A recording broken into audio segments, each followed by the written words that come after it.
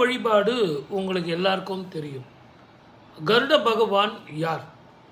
அது முதல்ல தெரியணும். நீங்கள் சுவாமிக்கு பார்த்தீங்கன்னா கருட வாகனம்.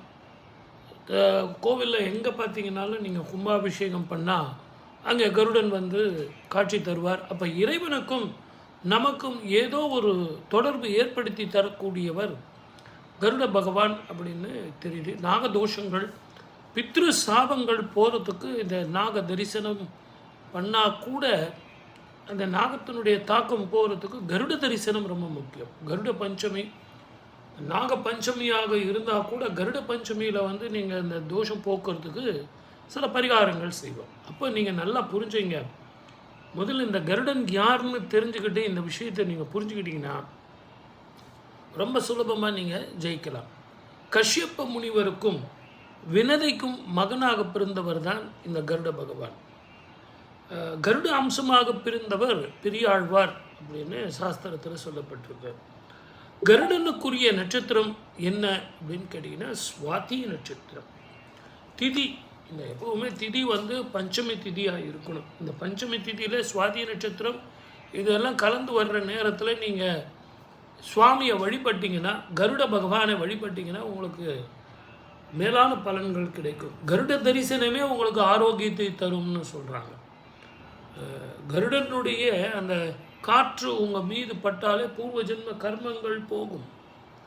இன்னொரு விஷயம் தெரியுமா? கருடனுக்கு ஒரு சகோதரன் உண்டு. அவன் யாருன்னு கேட்டிங்கன்னா சூரியனது தேரோட்டி அந்த அருணன். அருணனுக்கு வந்து கருட பகவானுடைய முழு கடாட்சம் இருந்தாலும் அவனுடைய அருட்கடாட்சமும் நமக்கு தேவைப்படுது. காலையில் இருந்து சாயந்தரம் வரைக்கும் நிற்காமல் அந்த தேரை ஓட்டிக்கிட்டு போகிறதுங்கிறது மிகப்பெரிய கலை. ஆனானப்பட்ட சூரியனுக்கே ரதசாரதியாக இருக்கக்கூடியவன் அருணன்.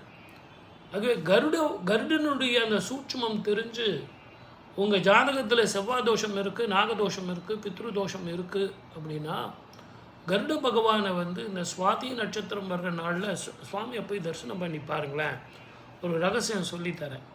சுவாமி வந்து ஆபரணம் போட்டிருக்கிறது என்னென்னா நாகம் போட்டிருப்பார். அந்த நாகத்தை இந்த பக்கத்தில் அதனுடைய தலையும் இந்த பக்கம் வாதம், இந்த இரண்டையும் பின்பக்கமாக தள்ளி இருக்கும். நீங்கள் போய் பாருங்கள். இந்த கருட பகவானுடைய தரிசனம் போய் பாருங்கள். ஒரு அற்புதமான ஒரு சிலா ரூபமாக இருக்கும். இதையெல்லாம் உங்களுக்கு தெரியணுங்கிறதுக்காக தான் நான் சொல்லியிருக்கேன். சப்ஸ்கிரைப் பண்ணுங்கள், ஷேர் பண்ணுங்கள், நிறைய பேசுவோம். ஒவ்வொரு நாளும் 2 வீடியோ போடுறேன். அதையெல்லாம் பாருங்கள், கமெண்ட் பண்ணுங்கள்.